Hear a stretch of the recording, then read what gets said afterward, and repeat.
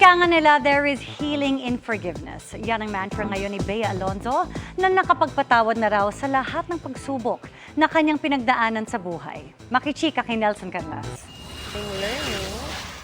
I think I'm more... Sa interview ni Bea Alonzo sa GMA Integrated News nitong June 24, tila nadulas ang aktres sa usapan namin kaugnay sa hiwalayan nila ng ex-fiancé na si Dominic Roque. And people forget na ikaw yung nakipag-break eh. Ikaw yung unang naapektuhan eh. Actually, that's false. That's false. Hindi ako nakipag-break. So what I mean is, ikaw yung nawalan ng relasyon. Oo. Since you mentioned that, I will ask that. So hindi ikaw ang nakipag-break. Oo, pero wag na natin pag-usapan yun.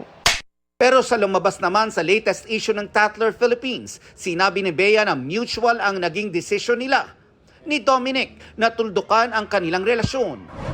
Ang dalawang tila opposing statements nilinaw ng Widow's War star sa Fast Talk with Boy Abunda kanina. During 24 oras, I didn't have the intention to talk about it because nga I really wanted to give respect to the relationship that was. Okay. You know, but then merong comment si Nelson, our friend Nelson, na before his comment, we were talking about fake news and all that. And then I was so comfortable talking to him as if walang camera sa harapan. And then he went like, sabi niya, syempre ikaw yung nakipag-break, hindi nila alam, mahirap din sa'yo. And para it was like an instinct na I had to correct him, but I didn't have any intention to really talk about it. Actually, he asked after he had a follow-up question, but then I refused to answer it na. Sa kabila nito, nakapagpatawad na raw siya. Pero pag-amin ni Bea, may ilang bagay pa rin ang nakakasama ng kanyang loob.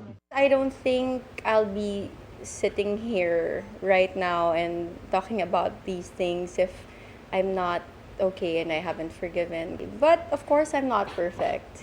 Marami pa ring bagay nagpapasakit at nagpapasama ng loob ko.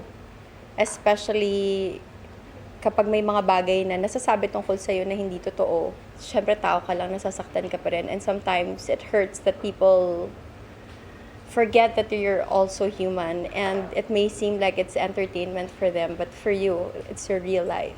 Malaking tulong daw ang kanyang mga kaibigan habang dinaraanan niya ang mga pagsubok sa kanyang buhay.